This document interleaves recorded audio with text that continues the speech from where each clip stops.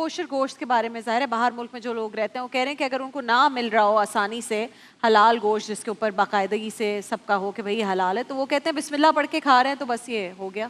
اچھا یہ بات مجھے بھی پوچھ رہی ہے، اکثر میں نے یہ دیکھا جیسے میں کہیں باہر جاتا ہوں تو کچھ لوگ ایسے ہیں جو کہتے ہیں یار اللہ تعالیٰ نے چکن جو ہے وہ حلال قرار دی ہے فار ایگزامپل، یا گائے حلال ہے۔ اب ہم رہتے ایسے اسٹیٹ میں جہاں پر اس بات کی کنفرمیشن ہی نہیں ہو سکتی کہ اس کو صحیح سے حلال کیا گیا ہے یا نہیں، تو ہم تو بسم اللہ پڑھتے ہیں اور کھا لیتے ہیں۔ ہماری نیت صاف ہے۔ بسم اللہ الرحمن الرحیم بہت ہی اہم اور آپ کی سوال اسٹوڈنٹ بھی ہے۔ تھی میرے خیال اللہ رب العالمین نے چیزوں کو کھانے کا حکم دیا ہے کلو واشربو، لیکن حکم یہ دیا ہے کہ جو ضابطے کے مطابق ہوں ان کو کھایا جا سکتا ہے۔ شریعہ مطہرہ میں گوشت کھانے کے لیے کچھ قواعد ہیں، جن میں پہلا قاعدہ یہ ہے کہ وہ حلال جانور ہو، حرام جانور کو نہیں کھا سکتے۔ نہیں کھا سکتے۔ دوسرا یہ ہے کہ اس جانور کو شرعی طور پر ذبیحہ کیا گیا ہو، یعنی اس کی چاروں رگیں کاٹی گئی ہوں اور جو اس کا سارا خون ہے وہ باہر بہہ گیا ہو، تاکہ وہ جس کو کہا الا ما ذکیتم، تاکہ وہ پاک ہو جائے۔ تیسری جو اس میں کنڈیشن ہے وہ یہ ہے کہ اسے اللہ کا نام لے کر، نام پکار کر باقاعدہ ذبح کیا گیا ہو، یعنی اگر اس کی 4 رگیں بھی کاٹی گئی ہیں لیکن اللہ کا نام نہیں لیا گیا تو وہ پھر حلال نہیں ہوگا۔ کوشر جو ہے وہ یہودیوں میں ہے، اہل کتاب کے ہاں اسی گوشت کو کہتے ہیں جس کو ہم حلال گوشت کہتے ہیں، اسے وہ اپنی زبان میں کوشر کہتے ہیں۔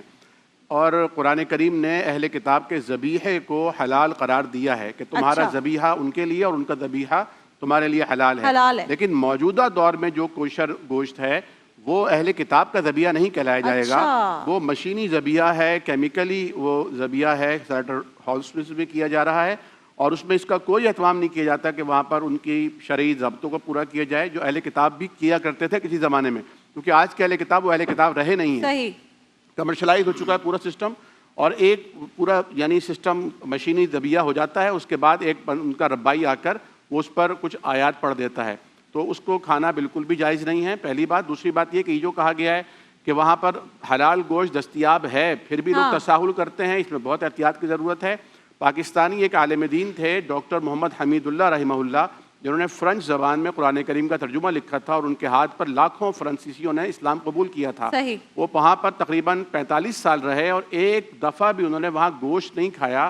ہوٹل کا کھانا نہیں کھایا کہ مبادا کوئی اور اسپون کسی اور کھانے کا اسپون کسی حلال کھانے میں دال وغیرہ میں نہ ڈالا گیا ہو، ہمیشہ وہاں بریڈ اور وہ دودھ استعمال کرتے رہے 45 سال تک بھی۔ تو دوسری بات یہ کہ جو کہتے ہیں نا بسم اللہ پڑھ کے کھا لیتے ہیں ہماری نیت صاف ہے، نہیں، یہ قانون نہیں ہے۔ دیکھیے اس کا جواز ملتا ہے ایک حدیث شریف میں،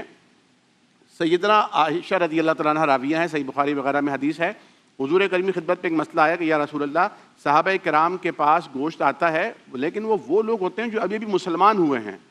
ابھی مسلمان ہوئے ہیں، نئے مسلمان ہوئے ہیں، تو یہ خیال ہمارے ذہنوں میں آتا ہے کہ پتہ نہیں انہوں نے اس ذبیحہ کے اوپر بسم اللہ اللہ اکبر کہا یا نہیں کہا، تو حضور کریم نے ان کے اس واہمے کو زائل کرنے کے لیے فرمایا تھا کہ تم بسم اللہ پڑھ کے کھا لیا کرو، تم ان کے بارے میں ایسی رائے کیوں قائم کرتے ہو؟ یقیناً تم جیسے مسلمانوں کو بھی ایسے ہی مسلمان ہیں، تو کوشر سے احتیاط کرنا چاہیے اور حلال گوشت کا انتخاب کرنا چاہیے۔